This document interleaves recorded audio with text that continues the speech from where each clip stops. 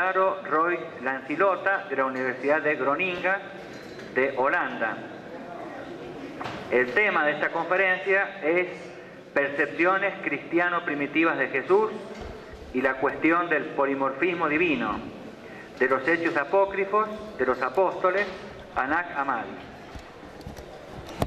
Muy bien, doctor. ¿Cuál? Este, ok.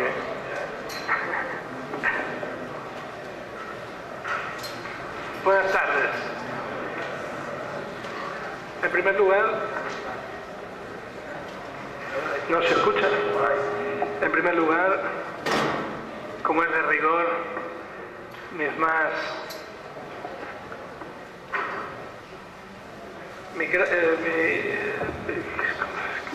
sinceras gracias a la organización, por supuesto, y a Patricia Siner, con quien me estuve escribiendo todos estos últimos meses para arreglar la cuestión de la participación en este congreso. Es un honor para mí poder hablar aquí ante esta audiencia, y por supuesto también gracias a Francisco García Bazán, a quien no conocía personalmente, pero con cuyos escritos he aprendido tanto todos estos últimos años. Así que, de verdad, muchas gracias. Bueno, voy a hablar sobre las percepciones cristiano-primitivas de Jesús y la cuestión del polimorfismo divino, de los hechos apócrifos de los apóstoles a Nag Hammadi. Espero que esto no genere confusión. En esta parte está el texto inglés que me había pedido Patricia que preparara para aquellos que no sigan el español también. Entonces ahí, mientras yo voy hablando, amablemente aquí una persona de la organización va a ir pasando las páginas. Y aquí simplemente es un PowerPoint que va acompañando a mi presentación. Bueno, con todas estas explicaciones previas voy a comenzar. Es bien sabido que los cristianos primitivos percibieron a Jesús de formas bien diversas. Jesús el viviente del Evangelio de Tomás y el Cristo crucificado de Pablo son solo dos polos opuestos en un amplio espectro de concepciones e interpretaciones que intentaban comprender la persona de Jesús, su labor y el alcance de la misma para la salvación que todos esperaban. En lo que a su naturaleza se refiere, tenemos diferentes interpretaciones. Si para algunos era simplemente un ser humano que por su piedad y justicia había sido adoptado por Dios en un momento determinado de su vida, las opiniones sobre este particular también divergían. Otros pensaban que su naturaleza era del todo divina y que solo aparentemente había habitado entre los hombres. Otros, en fin, creían que Jesús era al mismo tiempo hombre y Dios, pues tanto que Logos o Hijo de Dios había descendido a nuestro mundo con el fin de redimir a la humanidad de sus pecados. También la labor de Jesús fue entendida de forma diversa. Si ciertos textos lo presentan como el portador de la buena nueva de la proximidad del reino de Dios, en otros aparece como redentor, como salvador de los hombres, venido para redimirlos de sus pecados. Aún otros lo conciben como un Theos Aner, como ser divino cuyos poderes libraban de males y enfermedades a quienes creían en él. Otros, en fin, vieron a Jesús a un sabio maestro, al transmisor de un conocimiento reservado a unos pocos, cuya interpretación daba acceso a un grado superior de conciencia, facilitando la concepción de los arcanos del hombre y del cosmos. El objetivo salvífico de su actividad entre los hombres fue reconocido por todos los cristianos por igual, aunque disintieran al interpretar cómo o cuándo la salvación tendría lugar. Para empezar, el cristianismo primitivo no se ponía de acuerdo con respecto al periodo de la vida de Jesús que era significativo para la redención de los hombres. ¿A partir de qué momento comienza la vida de Jesús a ser significativa para el cristiano? Para algunos la respuesta es sin duda que lo había sido siempre, pues el Salvador era preexistente, como por ejemplo Juan. Otros, al contrario, escogieron un momento determinado de su vida como el verdadero inicio de su carrera divina. La concepción en Mateo o Lucas, el bautismo en Marcos o la crucifixión en Pablo son tres de las posibilidades barajadas por el canon neotestamentario. Según otros, sin embargo, era un contacto directo y estrecho, en sentido estricto o ineffigie, con Jesús, el viviente, lo determinante para la salvación, como en el Evangelio de Tomás. Esta diversidad de percepciones sin duda refleja no solo el cambiante contexto social y geográfico sobre el que el cristianismo se iba extendiendo, sino también las adaptaciones del mensaje cristiano a las necesidades de los diversos universos culturales, religiosos y filosóficos de los creyentes en el siglo I de nuestra era. Esta gran variedad de interpretaciones fue aceptada de forma tácita por los primeros cristianos, y a finales del siglo II Ireneo la considera incluso algo natural. Según nos dice, de la misma forma que existen 4 puntos cardinales, los cristianos disponían de 4 evangelios con 4 visiones relativamente diversas. El cristianismo, sin embargo, no surgió y se desarrolló en el aislamiento. Tan pronto como comienza a extenderse más allá de las estrechas fronteras de Palestina y a ser más conocido en el mundo antiguo, observadores externos inician la crítica de aquellos aspectos del pensamiento cristiano más expuestos al criticismo. Jesús fue uno de los blancos favoritos de dichos ataques, que hacían hincapié en el contraste entre su humilde vida y muerte ignominiosa y el fasto de las expectativas puestas en su persona. Según Walter Bauer, en Das Leben Jesu im Zeitalter der Neutestamentlichen Apokryphe, fue precisamente dicha crítica de judíos y paganos lo que por primera vez llevó a los cristianos a tomar conciencia de Jesús de carne y hueso, como si hasta entonces los creyentes se hubieran ocupado exclusivamente de cuestiones espirituales. Sea como fuere, la primera referencia al aspecto pobre y humilde de Jesús la encontramos en efecto en un contexto polémico en la obra de Justino Mártir. Y en su línea, Ireneo, Clemente de Alejandría, Tertuliano y los oráculos Sibilina comentan el aspecto humilde de Jesús y recurren al Antiguo Testamento para explicar esta peculiaridad, en especial Isaías 53, 2, 3. No hay hermosura en él ni esplendor, lo veremos, mas sin atractivo alguno para que lo apreciemos. Despreciado y desechado entre los hombres, fue menospreciado y no lo estimamos. Junto a estas afirmaciones de tipo apologético destinadas fundamentalmente al consumo externo, había, por supuesto, otros textos en los que de una forma más devocional los cristianos reflexionaban acerca de lo que Jesús significaba para ellos. En dichos textos Jesús ya no era el profeta humilde y despreciado, sino el hermoso y admirable maestro que seguía de cerca a los suyos. Es este contraste el que dio lugar a la idea de que Jesús encarnaba la incoincidente opositorum, la unión de contrarios al ser al mismo tiempo humilde y magnífico, despreciable y hermoso, débil y fuerte. Si allá debido a las influencias externas, a evoluciones internas o una combinación de ambas, la noción del polimorfismo de Jesús, esto es, la idea de que Jesús podía adoptar a su antojo diversa apariencia, es un hecho en los textos del siglo II. Es este el objeto de mi intervención.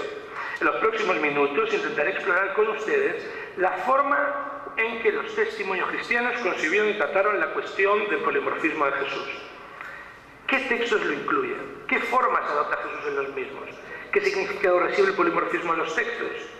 ¿Puede acaso el fenómeno concebirse como un motivo pancristiano o se circunscribe a grupos de carácter heterodoxo? Con la intención de arrojar algo de luz sobre estos interrogantes, mi exposición se divide en 3 bloques, de los cuales el primero, de carácter más general, intenta situar la cuestión del polimorfismo de Jesús en el contexto del mundo religioso y conceptual de la antigüedad. La segunda sección proporciona una panorámica de los textos mismos y procede a describir y analizar los ejemplos de polimorfismo, tratando de clasificarlos de forma sistemática. La tercera ofrece algunas conclusiones. Pasemos pues a la primera parte, el polimorfismo divino y el polimorfismo de Jesús en la antigüedad tardía. El polimorfismo es bien definido por Eric Junot como la aparición deliberada de alguien en diversas formas. El cambio de forma no es oculto, sino evidente al observador. A esta definición, Peter Lallemand intenta añadir, de forma innecesaria a mi modo de ver, el requisito de la simultaneidad, pues en su opinión, si la divinidad no aparece al mismo tiempo con diversas formas, no nos encontraríamos frente a un caso de polimorfismo, sino simplemente de metamorfosis. En mi opinión, esta precisión no es solo superflua, sino también incorrecta, pues los textos mismos parecen contradecirla.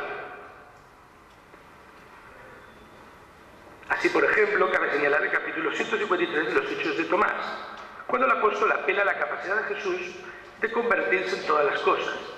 Como veremos más adelante, pues trato el texto más tarde, tras invocarlo como polimorfo y referirse a la encarnación como uno de los múltiples posibles aspectos de Jesús, Tomás le suplica que adopte ahora otro, más apropiado a la situación. Esto es, que se convierta en luz para iluminarlo a él y a sus compañeros. No encontramos aquí simultaneidad alguna, sino simplemente la aparición de la divinidad con diferentes aspectos de forma sucesiva. En mi opinión, por tanto, resulta más apropiado diferenciar entre polimorfismo y metamorfosis, concebiendo el primero como la capacidad de la divinidad para adoptar variados aspectos y la segunda como el proceso individual en virtud del cual las divinidades adoptan esta o aquella apariencia para servir a sus objetivos de una mejor o más efectiva manera.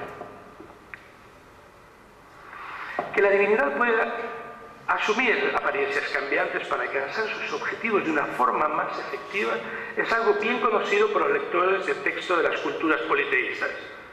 La ubicuidad es intrínseca a la naturaleza divina y la capacidad para adoptar diversos aspectos, un privilegio a menudo utilizado por los dioses.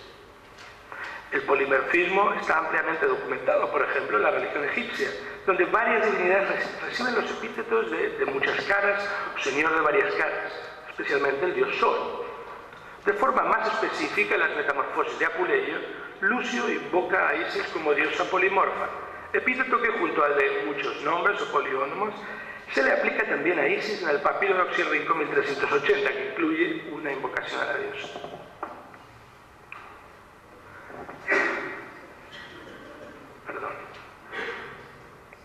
La mitología griega abunda en historias en que la divinidad asume otra apariencia para interactuar con los mortales o con los dioses. Zeus es quizá la divinidad más polimorfa del panteón griego, pues con el fin de dar pábulo a su promiscuidad traspasa límites de edad y sexo, apareciendo como joven, adulto o anciano. Se transforma en diversos animales como son el toro, en el caso de Europa, el cisne en el de Leda, águila en el de Ganímedes, o incluso de elementos como es la lluvia de oro en el caso de Danae o el rayo en el de Semele. En el epos griego, las intervenciones polimorfas de la divinidad intentan en general ayudar a los mortales.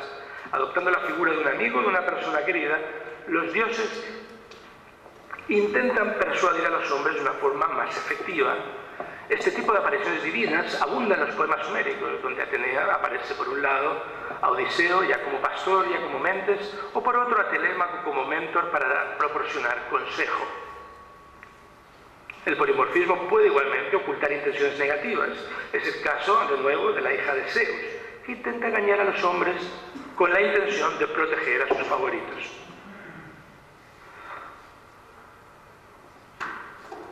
También la tragedia griega incluye un gran número de ejemplos de polimorfismo, cuyo fin no es en líneas generales muy positivo. El lado negativo del polimorfismo divino se acentúa con el pesimismo creciente acerca de la influencia de los dioses en la vida de los hombres, dado que sirve principalmente para engañarlos o para inducirlos a cometer una acción que los llevará a la ruina.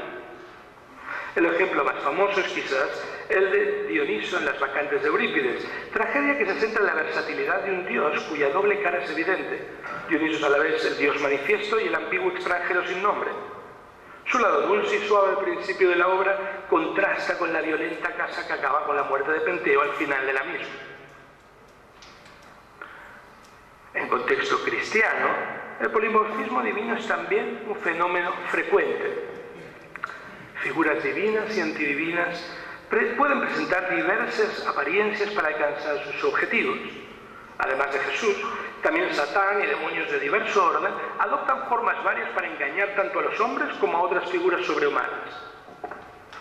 En el variado mundo religioso de la antigüedad tardía, en el que un marco politeísta, nuevas concepciones religiosas compiten entre sí, el fenómeno del polimorfismo como arma en la lucha entre el bien y el mal es frecuente, y por ello los hechos apócrifos de los apóstoles, con su dualismo característico, proporcionan el contexto idóneo para la aparición del fenómeno. Los hechos de Juan, de Tomás o de Felipe se refieren a Satán como polimorfo. También sus adláteres usan de la metamorfosis. El martirio de Mateo presenta al demonio Asmodeo adoptando formas diversas, entre las cuales un soldado y humo, antes de hacerse del todo invisible. También Simón Mago, en tanto que ángel del diablo, asume formas diversas en los hechos de Pedro y de Pablo, en el martirio de Pedro y en las pseudo-clementinas. Por último, también el anticristo adopta diversos aspectos en el Apocalipsis de Elías y en el Apocalipsis de Esdras.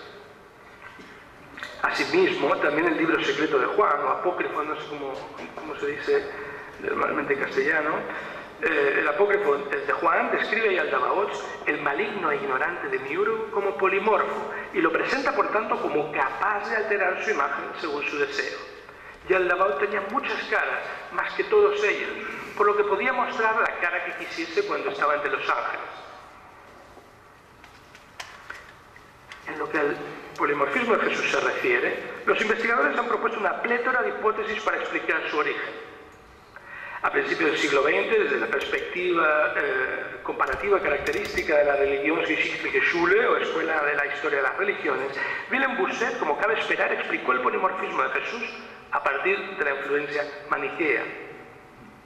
Joseph Kroll, sin embargo, enseguida señaló contra esta opinión que el polimorfismo de Jesús era un aspecto de la percepción religiosa de la antigüedad, y tras sus pasos, Bornkamp añadió que el motivo no solo destacaba el poder limitado de la divinidad, su ubicuidad y eternidad, sino que además era particularmente apropiado para la labor redentora de Jesús. El influjo de la historia de las religiones puede todavía apreciarse en Jacques Ménage, quien a finales del siglo XX todavía defiende la tesis del origen oriental al afirmar que el famoso himno de la perla de los Hechos de Tomás acusa el influjo de la DNA irania, a saber, el guión trascendente o parte celestial del individuo. Otro tipo de influencia oriental fue propuesto, sin embargo, por Adolf Jacobi, también a principios del siglo XX. En su opinión, el polimorfismo de Jesucristo tenía su origen en el culto solar egipcio, teoría que recibiría diversos apoyos a lo largo del siglo pasado.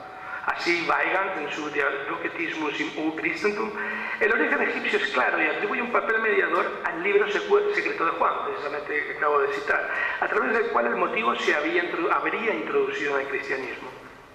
Hammerschmidt lo defiende y opina que la idea de Cristo polimorfo debe buscarse en Horus, Dios solar de muchas formas. Más recientemente, Junot Kessler, editores de los Hechos Apócrifos de Juan en el Corpus Christianorum, ha insuflado nueva vida a la hipótesis. Tenemos, bueno, aquí están todos los datos bibliográficos, lo dejo un poquitín para el que quiera mirarlo más detalladamente, antes de referirme a la opinión de Peterson, que, sin embargo, propone un origen cristiano, más en concreto en Tasiano, en su Oratio Graecos.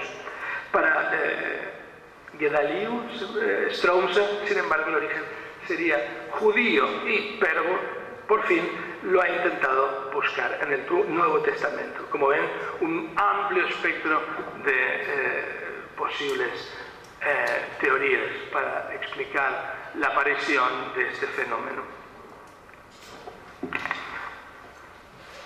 En mi opinión, sin embargo, el motivo debe ser ubicado en el contexto más amplio del discurso en torno a la naturaleza de lo divino, como ya propusieran Joseph Kroll y Festugier, quienes señalaron que el polimorfismo debe ser, ante todo, explicado en el contexto del polimorfismo y el polinominalismo divinos característicos de la religión antigua. Aislados de su contexto religioso natural, los ejemplos cristianos de polimorfismo podrían parecer desarrollos internos independientes, pero el movimiento cristiano no está desligado de su entorno, como ya hemos visto. Las apariciones polimórficas de divinidades con una finalidad positiva o negativa, en contexto cristiano, no son sino expresión de la misma concepción presente en la religiosidad antigua, y que concebía el polimorfismo como un aspecto inherente de la naturaleza divina.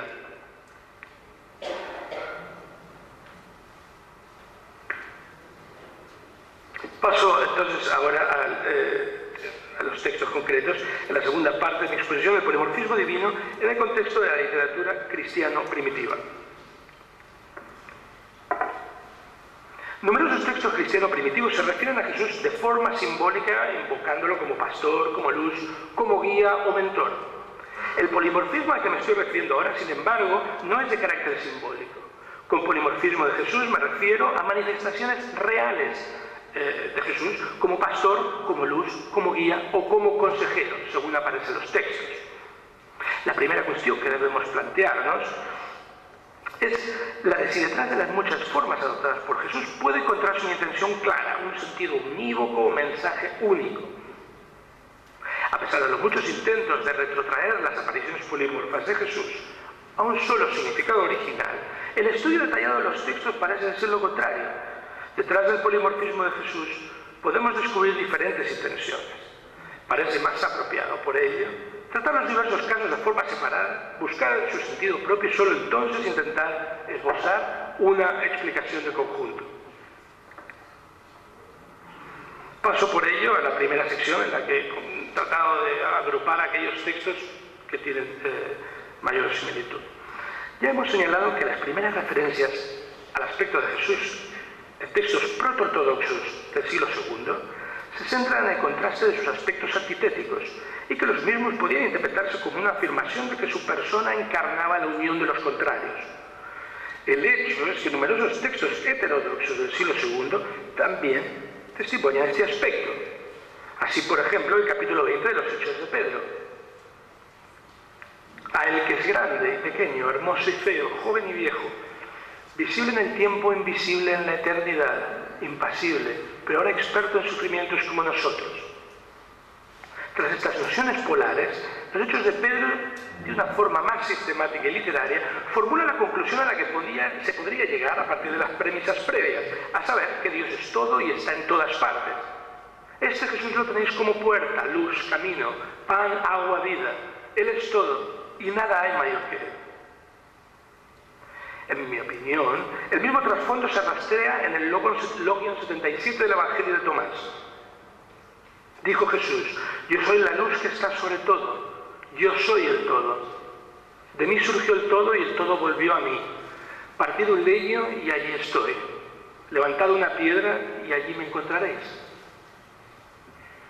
No creo que nos encontremos ante un panteísmo de tipo estoico, sino más bien, como Hechos de Pedro 20, ante la afirmación de la ubicuidad de lo divino. De hecho, el propio Evangelio de Tomás podría ser uno de los testimonios más antiguos para el polimorfismo divino. En ese sentido, Jacques Menard ha señalado con razón, creo, que el dicho 13 es de una importancia capital para comprenderlo.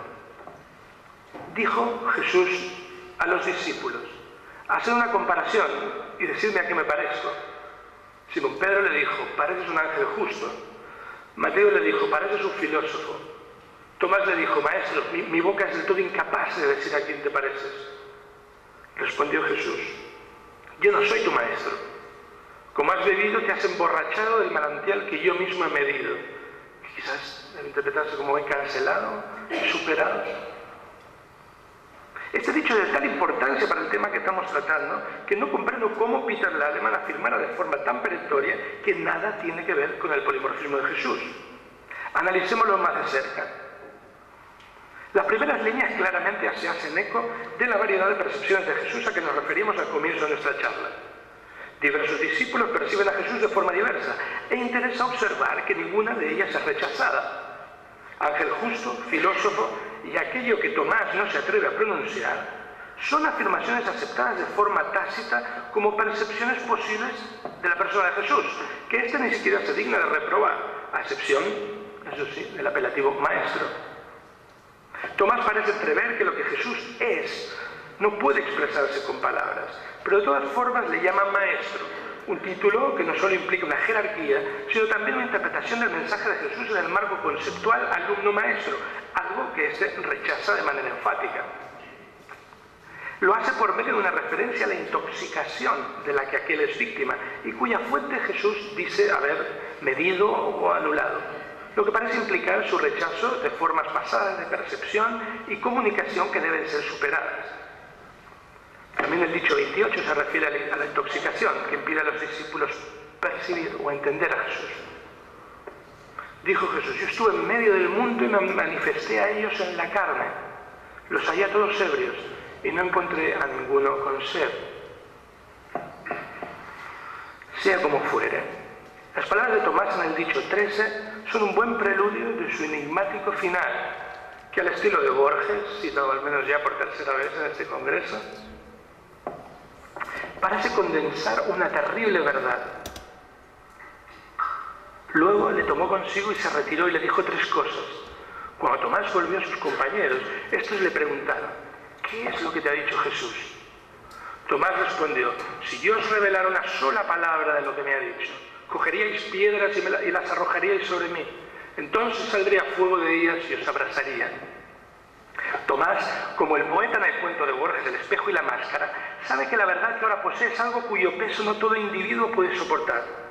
En mi opinión, es imposible que las palabras transmitidas a Tomás presentaran a Jesús encarnando esa coincidente opositorum a que me refería antes, la unidad de contrarios en que se condensa la totalidad de la creación. Detalle que el Evangelio de Tomás menciona frecuentemente, por otra parte, en especial en el dicho 22, que trataremos más adelante. Dicha concentración del todo en la persona de Jesús es mencionada de forma explícita en los Hechos de Tomás 48. Hechos de Tomás, no Evangelio de Tomás.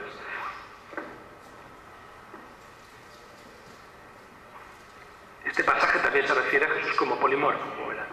Jesús altísimo, vos que surge de las entrañas más perfectas, Salvador de todos, mano derecha de la luz, que derrotas al enemigo por su propia naturaleza y que reúnes a su naturaleza en un lugar. Tú, el polimorfo, el unigénito, el primogénito de muchos hermanos, Dios altísimo, Dios del Dios altísimo, hombre despreciado hasta ahora. Jesús como luz. Junto a los textos que se refieren de manera general a los muchos aspectos del polimorfismo de Jesús, hay otros que se centran en una de sus formas. Uno de los más importantes es la luz, elemento que a menudo acompaña a las epifanías divinas. Como ya señalé antes, los Hechos de Tomás 153, en los Hechos de Tomás 153, Tomás pide a Jesús que aparezca en forma de luz para iluminarlo a él y a sus compañeros. Gloria a ti, polimorfo Jesús. A ti, gloria, que te nos apareces con nuestra pobre y humana figura. Aquí ya hay un aspecto del polimorfismo, ¿no? A ti, gloria, que nos das ánimo y fortaleza. Ahora es el momento, Jesús, de darte prisa, pues mira que los hijos de las tinieblas nos quieren hacer sentar en sus tinieblas. Pero tú, que estás en la luz de tu naturaleza, ilumínanos. Y al punto, toda la cárcel brilló como si fuera de día. Hay muchos textos que asocian a Jesús con la luz. En este pasaje, sin embargo, la luz no es un simple elemento acompañante. Jesús es luz. El texto comienza mencionando el polimorfismo de Jesús y haciendo referencia expresa a la encarnación como una de sus variadas formas. Evidentemente, la intención del texto es a la vez literal y simbólica. El lector puede interpretar que Jesús será, para él, luz aún en las peores y oscuras circunstancias. Pero Tomás invoca a Jesús a adoptar una de sus muchas formas. Le ruega que se convierta en luz y de forma literal los ilumine. Otros textos mencionan también la aparición de Jesús a sus discípulos en forma de luz, como son Sofía y Jesucristo en la Hamadi Codex 3.4 o la Epístola Apostolorum 28. En otros casos, como son Hechos de Tomás 118, 119, en efecto, la luz de Jesús simplemente desempeña una función literaria y en general, en el texto de la narración, desempeña la función de Deus ex machina que permite al autor solucionar problemas que van surgiendo en su narración de los acontecimientos, ¿no?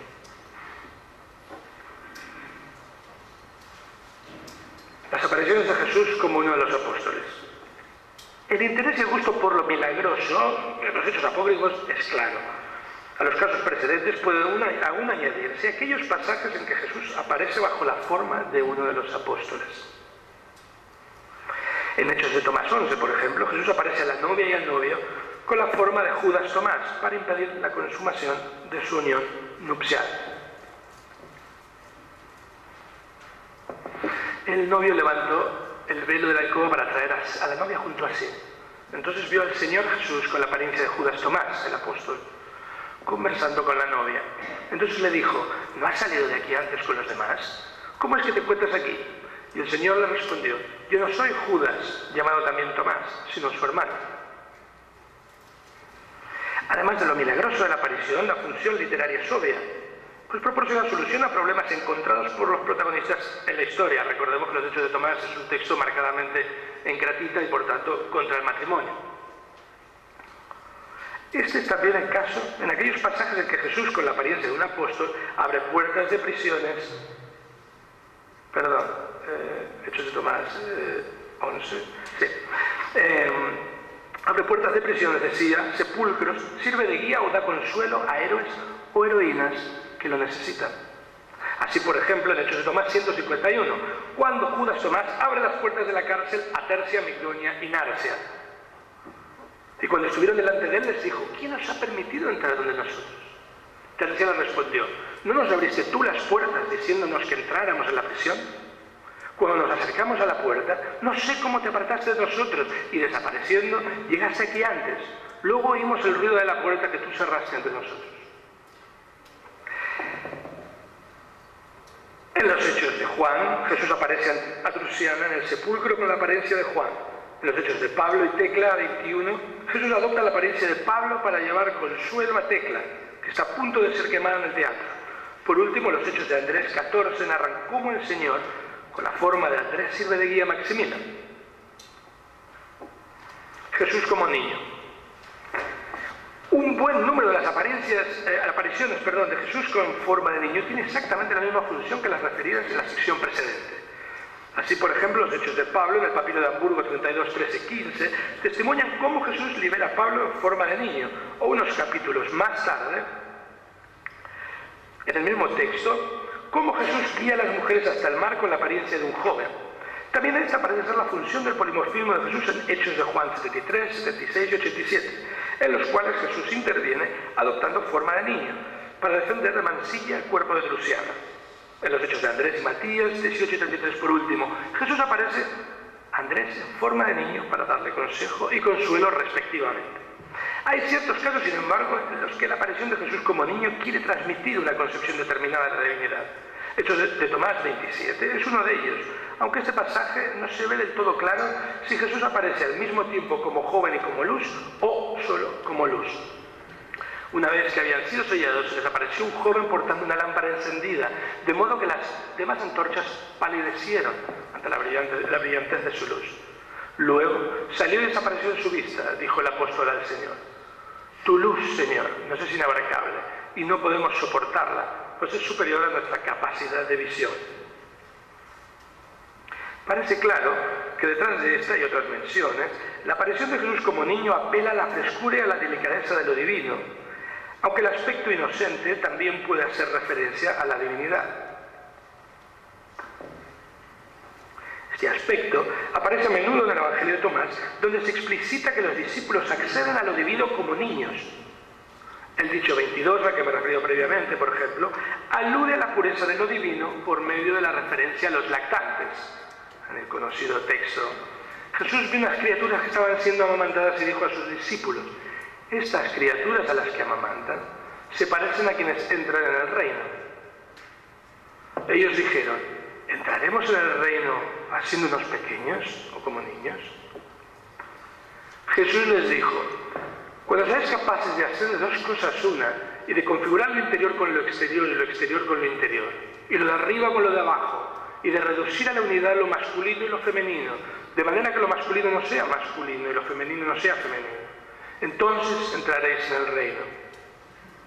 El cierre del Logian, con la referencia a los pares de opuestos que se relacionan con el estado de santidad característico de lo divino, parece indicar también que los niños encarnan, como Jesús en los casos citados previamente, en el apartado 2.1, la coincidente oppositorum, la unidad de los contrarios característicos de una figura suprahumana. En el Evangelio de Tomás, esto parece explicarse por su estado presexual. El estado presexual de los niños, ¿entienden? La estrecha relación de los niños con lo divino y o la divinidad es frecuente en otros escritos del corpus de Nag Hammadi, como son el Evangelio de los egipcios, el Apocalipsis de Pablo, las tres estelas de Sed, Halógenes y Sostriano, que se refieren de forma explícita a ello. En algunos pocos casos, el polimorfismo de Jesús lo presenta a la vez como niño, como adulto, hombre adulto y como anciano. Entonces, la eternidad de la divinidad se expresa por medio de su aparición como ser humano, pudiendo adoptar aleatoriamente y de forma indiferente cualquiera de sus edades más representativas. Ejemplos de este tipo de polimorfismos hechos de Pedro 21. Cuando Pedro le pregunta a las viudas qué vieron en el sepulcro, ellas respondieron: hemos visto a un anciano con un aspecto que no te podemos describir. Pero otras decían: hemos visto a un joven. Y el resto: vimos a un niño que nos tocó suavemente los ojos, así se nos abrieron. Esto es lo que Henry Puech ha nombrado el Cristo, el Cristo trimorfo, es decir, la aparición simultánea de Cristo como niño, como adulto y como anciano, y en la que seguramente se basaba Peter Lallemand para añadir el requisito de la simultaneidad de las diferentes formas de Jesús para poder hablar de polimorfismo. Este polimorfismo puede en ocasiones obviar una de las edades, por lo que Cristo aparece solamente como niño y anciano. Estoy de acuerdo con Eric Junot contra Stronza en que para el sentido del polimorfismo es irrelevante si la aparición de Jesús es de naturaleza bi o trimorfa. Y en mi opinión, lo mismo, la irrelevancia de dicho aspecto puede observarse en el hecho de que un pasaje del libro secreto de Juan, que testimonia este polimorfismo, presenta diferentes caracteres en el Códex de Berlín y en el de Nag Hammadi, o sea que alterna en el mismo pasaje una visión bimorfa y otra trimorfa de Cristo, con lo cual creo que eso es muestra suficiente para demostrar la irrelevancia de las dos o las tres formas, ¿no?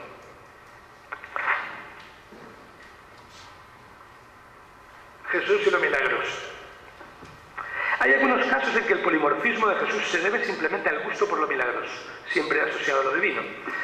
Así, esto se constata, por ejemplo, en los pasajes en que Jesús no deja huellas tras sus pasos, como el hecho de Juan 93. En aquellos en que su materia parece cambiar al tacto, como también testimonian los hechos de Juan. En los pasajes en que sus ojos nunca se cierran o en los que lo describen con una estatura sobrehumana, como es el caso también de los hechos de Juan. Es obvio que todos estos casos se prestan a ser interpretados de una forma más profunda y, de hecho, Junot Kesley menciona la autoridad de Dodds para señalar el carácter simbólico de la levitación en el primero de los casos. El alma eleva el cuerpo de tal forma hacia el mundo superior que la persona no deja huellas a su paso. En mi opinión, sin embargo, todos estos casos deben ser interpretados como simple expresión de la divinidad de Jesús, que se destaca por medio del rechazo de todos aquellos aspectos típicos del ser humano. Primeros intentos de interpretación sistemática del polimorfismo y me voy acercando a las conclusiones. Creo que esta rápida panorámica demuestra que el polimorfismo de Jesús está íntimamente relacionado con las cambiantes percepciones de su persona en el cristianismo primitivo. Junto a los intentos de sesgo más racionalista de determinar qué o quién era Jesús o cómo actuó entre los hombres, otros muchos textos de carácter más devocional simplemente pretendían describir cómo percibían a Jesús y lo que éste significaba para ellos. En estos textos, la cambiante apariencia de Jesús no parece tener otra función que destacar aquellos aspectos que los primeros cristianos consideraban importantes en su percepción de Jesús. Sin embargo, también esta última categoría de textos parece haber sido influida por los intentos racionalistas de darse un significado a las diferentes formas de Jesús. Sea debido a una influencia externa, sea como resultado de los intentos de cristianismo primitivo por determinar de una forma más clara quién había sido su maestro, avanzado el siglo II comenzamos a apreciar el desarrollo de una explicación más racionalista de su polimorfismo.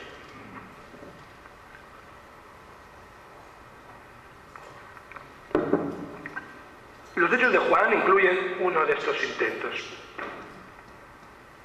Hechos de Juan 88-93 no solo contiene una colección intencional de diversas apariciones de Jesús, de diversas formas, se entiende, sino que proporcionan además un claro marco conceptual en que las mismas deben ser entendidas. Al comentar un caso de polimorfismo de Jesús ante Drusiana, Juan dice lo siguiente: hermanos, nada extraño ni extraordinario habéis sufrido a propósito de la percepción del Señor. puesto que también nosotros, a los que Él eligió como apóstoles, hemos sufrido muchas pruebas. Me es imposible, ciertamente, explicaros o escribiros lo que he visto y oído, mas ahora debo acomodarme a vuestros oídos, y según la capacidad de cada uno, quiero haceros partícipes de lo que podéis oír, para que conozcáis qué gloria le rodeaba, y le rodea ahora y por siempre. La descripción de las diversas apariciones de Jesús tiene por objeto, según Juan, dar una idea de su gloria y del carácter inmutable de su naturaleza. Él ofrecerá ejemplos, adaptándolos a su público, adecuándolos a los oídos de sus oyentes. Sigue a continuación la relación de 12 apariciones polimorfas, algunas de las cuales han sido mencionadas más arriba, y que según Juan tienen por objeto aclarar la naturaleza de Jesús. Con el paso del tiempo, este argumento experimenta un desarrollo muy interesante, pues surge la idea de que las diversas apariencias de Jesús eran el resultado de su voluntad, de la voluntad de Jesús. Su deseo de pasar o no desapercibido serían la razón de su polimorfismo.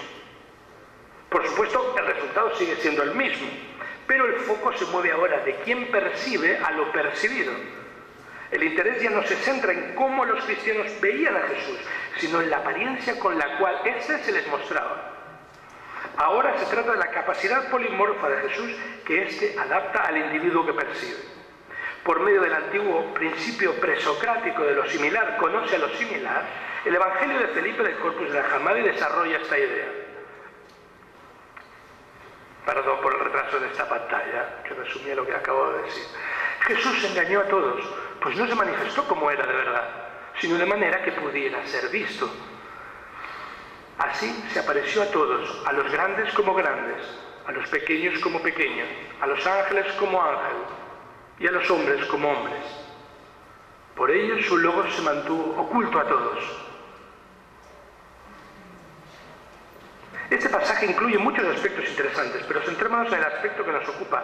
Jesús se adapta a la capacidad de percepción de los hombres.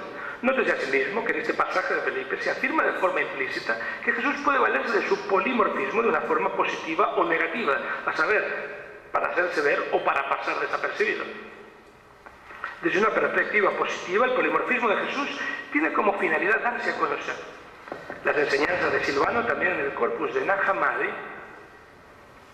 mencionan este aspecto. Oh alma obstinada, en cuánta ignorancia existes. ¿Quién es tu guía en la oscuridad? ¿Cuántas formas ha adoptado el Cristo por ti? Él, siendo Dios, se hace hombre entre los hombres. Él desciende al mundo subterráneo para liberar a generaciones de la muerte. Que esta visión de Cristo polimorfo en Felipe y en las enseñanzas surge de una visión filosófica clara, parece evidente tanto por el eco de la teoría epistemológica presocrática como por la mención que aparece en Filón de Alejandría, quien explica el antropomorfismo de Dios en la Biblia como resultado de su intento de adaptarse a la condición humana. A aquellos con inclinación al cuerpo, Dios se le aparece como hombre. A aquellos con inclinación al alma, sin embargo, se les presenta como ser divino e inmaterial. Filón destaca asimismo que al alterar su forma externa, Dios no modifica en nada su naturaleza, que se mantiene inalterable. Esta concepción es por lo demás bastante antigua y tiene su origen puede también encontrarse ya en el ataque de Xenófanes de Colofón contra el antropomorfismo de los dioses de la mitología griega, que por supuesto los padres conocen muy bien. Si fue o no Clemente de Alejandría el primero en desarrollar esta noción en contexto cristiano, depende de la datación que demos al Evangelio de Felipe, que oscila entre los siglos II y III, según el investigador, y las enseñanzas de Silvano, que suelen datarse a mediados del siglo II. Sea como fuere, la noción aparece también en los Strómata de Clemente, cuando afirma que Jesús no se apareció en toda su gloria, sino con un aspecto humilde para no excluir a nadie de su mensaje.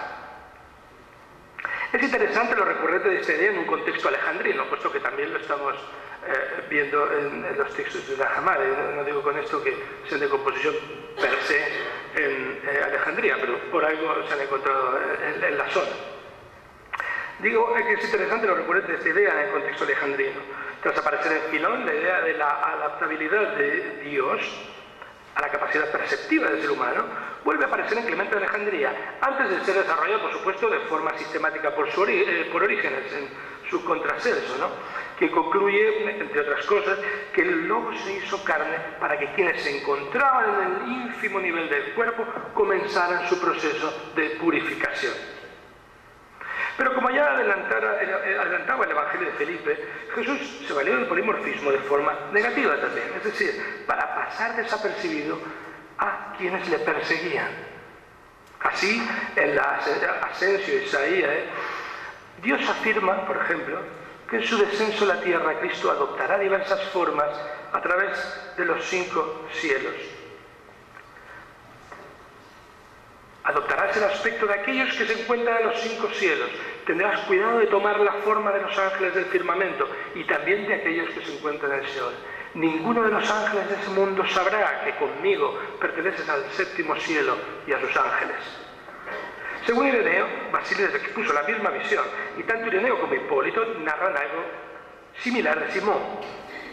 El testimonio más interesante, sin embargo, de esta concepción es, sin duda, el que aparece en el segundo tratado del Gran Set, en el Nag Hammadi Codex 7. Y yo vencí a todos sus poderes, pues ninguno me vio durante mi descenso, ya que iba alterando mi apariencia, cambiando de forma continuamente. Y por ello, cuando llegué ante sus puertas, adopté su apariencia y pasé tranquilamente, observando sus regiones, ¿entiende? La de los arcontes, ¿no?, que tiene que atravesar en su descenso. Y no tuve miedo ni vergüenza, pues no por ello sufrí mancilla, y conversé con ellos, mezclándome con ellos gracias a los míos, y aplasté con celo a todo aquel que les fuera cruel.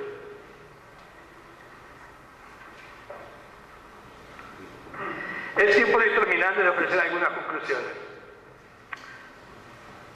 Por supuesto, desde la perspectiva hipotética, ¿no?, de todo esto que es un trabajo in progress, ¿no?, en proceso de hacerse, ¿no? Aquí he intentado dar una exposición de los textos más representativos, hay muchos otros, ¿no? Para empezar, desde una perspectiva general, creo que una correcta comprensión del polimorfismo de Jesús debe partir de un estudio del mismo que no lo circunscriba al mundo cristiano y lo enmarque en el contexto más amplio dentro de la concepción antigua de lo divino. Más allá de que se pueda o no hallársele un origen o paralelo concreto para esa o aquella visión, el hecho es que su desarrollo y función coinciden con los de otras divinidades antiguas.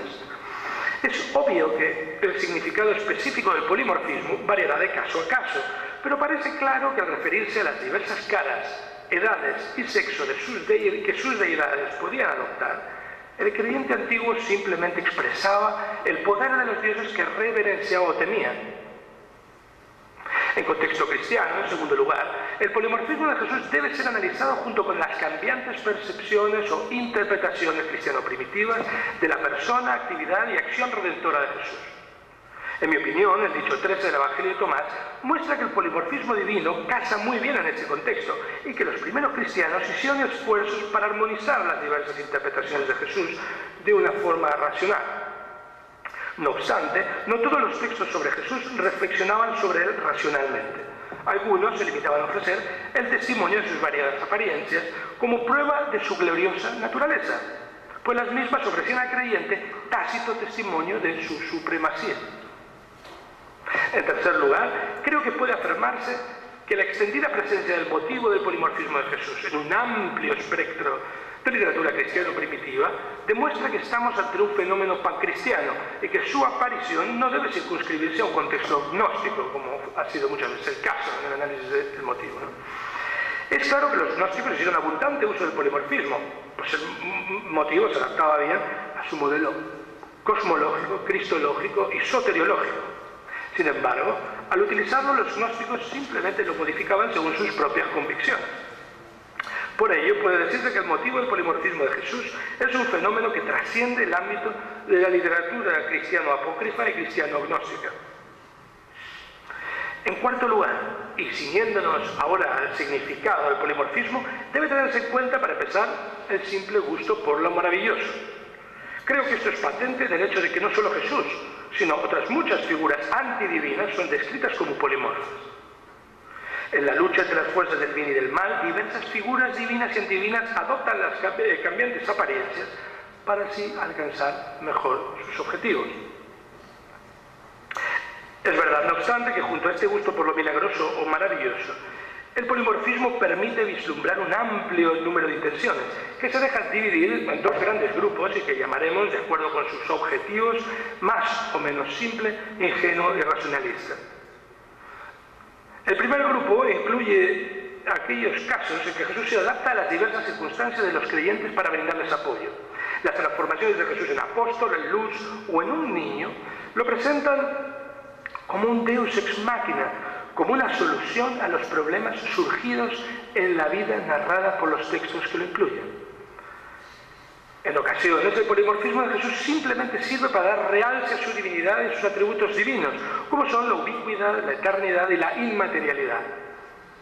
Algunos textos dentro de este grupo ya muestran el influjo de tendencias racionalistas, como vimos, pues la capacidad de Jesús de adoptar diversas formas se interpreta en el sentido de que su verdadera esencia está más allá de la realidad tangible y que, por tanto, en sentido estricto, no puede ser percibida por medio de los sentidos. En consecuencia, el polimorfismo de Jesús proporcionó los primeros rudimentos de la teología negativa, tan en boga a partir del siglo II.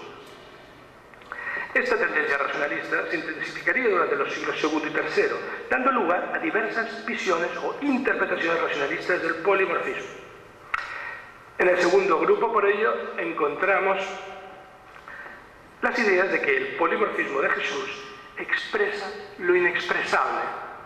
La suma de sus apariciones pretende dar una idea siquiera aproximada de su naturaleza. Esta es la postura, por ejemplo, de los hechos apócrifos de Juan, como vimos, ¿no? En estrecha relación con esta interpretación tenemos la visión de que Jesús, de forma voluntaria, se vale de su polimorfismo para adaptarse a la capacidad perceptiva o cognoscitiva del creyente.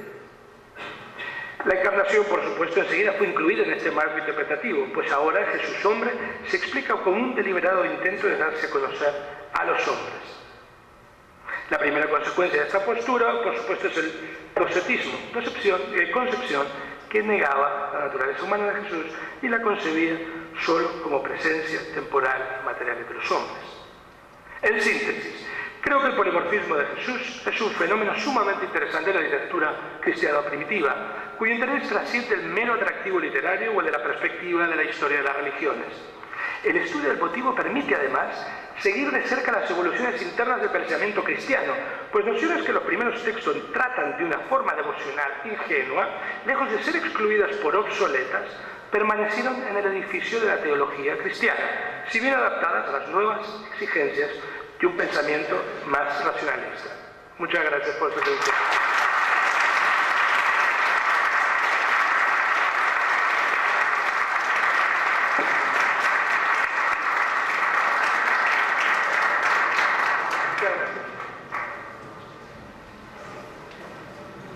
Could those who do not speak Spanish follow my text on the screen? Yeah? Okay, great.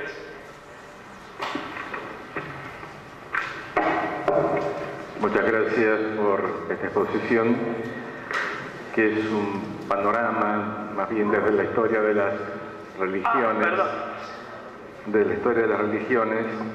especialmente desde la literatura antigua tardía, Sí. y también desde el ámbito de los libros que llamamos apócrifos. Sí.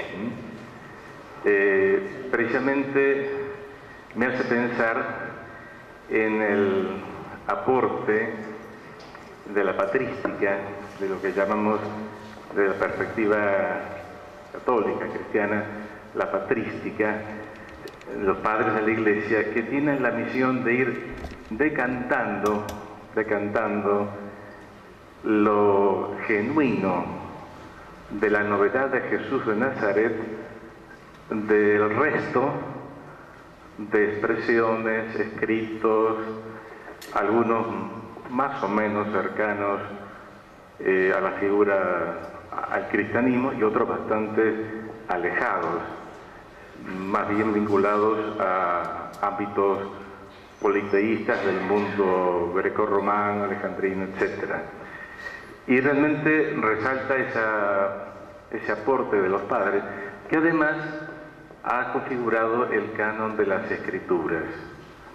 Y realmente resalta el contraste entre el Jesús de Nazaret mostrado por la escritura, de esa visión polimorfa de Jesús, de toda esta literatura tan amplia.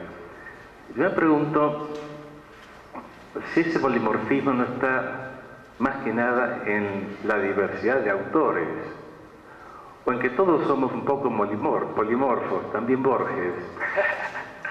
Es decir, que el hombre es una realidad tan impresionante que no es que tenga distintas caras, sino facetas muy ricas, más que nada precisamente en ese hecho original en la historia, que es Jesús de Nazaret, verdadero Dios y verdadero hombre. Que claro, evidentemente dos cosas tan distantes entre sí, verdadero Dios, verdadero hombre, como confiesa la fe cristiana. Y creo que más que un polimorfismo en Jesús, en el Jesús real, es esa doble dimensión tan novedosa y solamente alcanzable desde la luz de la fe. Agradezco ese panorama que me permite ver todo este contraste y el aporte significativo que hace la patrística, los padres de la Iglesia, a esta decantación de la verdad sobre Jesús de Nazaret. Muchas gracias. Sí, muchas gracias por sus observaciones. Desde luego, sí, yo también estoy totalmente de acuerdo con su percepción, ¿no? Lo que yo he intentado precisamente es intentar reducir toda esa variedad en la literatura apócrifa y en la de Nag Hammadi, precisamente todas esas percepciones de las diversas facetas, como los diversos autores, o no solo autores, sino las comunidades, quizás los oyentes o los lectores de esos textos, pues expresan esas diferentes facetas. Y sí, se podía de alguna forma llegar a una visión sintética de conjunto. Y yo creo que en cierto sentido se puede porque el análisis de esas diversas descripciones, de esas facetas de Jesús, aparece en uno de estos textos, quizás en la segunda mitad del siglo II, los Hechos de Juan, en un intento deliberado de agruparlas y de darles un marco conceptual en el que poder comprenderlas. Por eso a mí me llamó mucho la atención, ¿no? Como de hecho uno tiene la impresión de que de forma deliberada el autor de estos Hechos de Juan, pues percibiendo toda esta gran variedad, ¿no? Esta gran variedad de facetas, intentó reunirlas. Hay 12 manifestaciones polimorfas, una detrás de otra, dándoles un marco conceptual y diciendo, racionalizándolas, claro, y diciendo que al fin y al cabo de lo que se trata es de exponer a diversos individuos con diversas capacidades cognoscitivas, digamos, lo mismo, la misma naturaleza divina y suprema que estaba por encima de las muchas facetas, ¿no?, que pudiera adoptar. Y eso es más o menos lo que he intentado hacer, ¿no? Sí. Por allá, sí. Gracias por la exposición. Es muy ilustrativa, también provocativa. Y a mí me provocó... ¿Provocativa? Bueno, me provocó... De cosas bonitas. Exactamente, hermosas. A mí me provocó la pregunta de qué tanta necesidad... En Nag Hammadi, en los textos que nos hizo favor de ilustrar... No oigo bien. ¿Qué tanto es necesario una forma de Jesús en los textos de Nag Hammadi, una forma originaria? Ya vimos que se cambian en muchas formas. ¿Hay una forma originaria? ¿Es necesaria alguna forma originaria? ¿O basta con que se reproduzcan indefinidamente?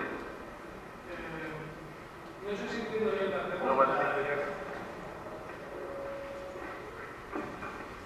Uy, se salió la... No pasa nada, no pasa nada. Yo me pongo aquí al costado. No sé si entiendo bien la pregunta. ¿Se refiere a los textos de Nag Hammadi que se los presentó? Sí, pero las formas... ¿Es necesaria una forma originaria de Jesús o no es importante? Si no hay una forma originaria, no importa. Hombre, vamos a ver, los textos de Nag Hammadi que he citado no se expresan de forma explícita al respecto, así que yo no lo puedo saber. Lo máximo que me limito es analizarlos y ver, ¿no?, si consigo traspasar. Yo no he hecho nada.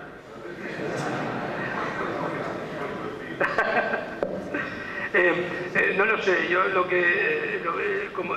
mi modesta intención como intérprete de los textos es simplemente centrarme en este o en aquel aspecto e intentar ver cómo lo plantea y si ese planteamiento casa con planteamientos de otros autores en otros textos aproximadamente al mismo tiempo o un poco de antes o un poco después. Esto es lo máximo que puedo hacer. Entonces, no lo sé. En cualquier caso, el texto de los Hechos de Juan, que ya he repetido varias veces, no por nada, porque es quizás el único texto que nos da una llave para entender, una llave para entender, o en cualquier caso, una llave para entender cómo él lo veía, ¿no? Y como él lo ve, es que no importa, no tiene que haber una forma, sino que es precisamente en la variedad es donde se encuentra, ¿no?, la esencia de esa naturaleza que sobrepasa, ¿no?, todo lo conocible, ¿no? Sí, gracias por la pregunta. Sí. Ahora viene la pregunta difícil. No, es un poco para ponernos de acuerdo en este diálogo. Sí, claro, porque la insistencia ha sido en relación con el polimorfismo de las apariciones. Pero es que al final también ha aparecido el doble sentido. ¿Cómo? Ha aparecido el doble sentido. ¿El sentido del polimorfismo? Claro, no. Es que estas apariciones tienen que ver con la vida de Jesús el viviente después de la muerte. Pero ha aparecido también el otro fenómeno, que tienen que ver también con cómo ha aparecido Jesús en la tierra. Claro, es el fenómeno en el fondo del descenso y del ascenso del pneuma. Yo creo que lo importante aquí está en la naturaleza del pneuma. Aquello que era chocante entre el Evangelio de Juan por la aparición del resucitado y el Evangelio de Lucas, aquí se le da toda la diversidad y se afirma con toda claridad que el espíritu supera a la percepción sensible y a la percepción anímica. O sea, yo les diría, la doctrina, el catecismo de esto está en Nag Hammadi, justamente en la carta esotérica de Santiago, que es un buen texto antropológico. No he oído lo último. Que el bautismo, sí. El catecismo, la doctrina sintética de esta visión gnóstica está en la carta esotérica de Santiago, el apócrifo de Santiago, sí, en donde se nos da una buena y clara doctrina antropológica, ¿no? Sí. Y de alguna manera el apócrifo de Juan depende de eso. Aparece el primer polimorfismo: anciano, niño, madre, la Trinidad. Y naturalmente tiene una línea, sí, madre, tiene una línea que en Alejandría se hace bien visible con los hechos de Juan. Pues eso es lo más palpable, ¿no? Sí. Y esto tiene en el fondo, bueno, reconozcamos, pero es lo que usted ha ido presentando, toda la riqueza de las religiones de la época, ¿no? Y esto se va a seguir dando en el descenso del Salvador, en los textos maniqueos, etc., ¿no? Pero Muchísimas gracias, porque es que también su síntesis estupenda de todo este tema también da de alguna forma respuesta a lo que me acaban de preguntar, claro. O sea, justamente, ¿no? El descenso, que es lo inalterable. O sea, lo que nos tenemos que comprender, Sí. y por eso la tradición cristiana lo mantiene, y en la patrística a veces esto, porque eran también los padres polemizaban, es la riqueza de la tradición apócrifa. Apócrifo es fundamentalmente lo que se opone a lo apocalíptico, es lo oculto en sí mismo, que tiene mayor riqueza que lo que se manifiesta. Siempre que algo se manifiesta, se pierde la riqueza del abismo sin fondo que tiene que ver con lo oculto. Por ahí viene.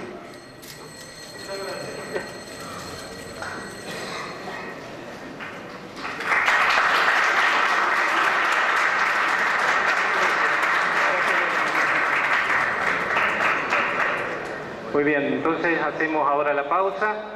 Recuerden que la próxima actividad son mesas de especialistas simultáneas.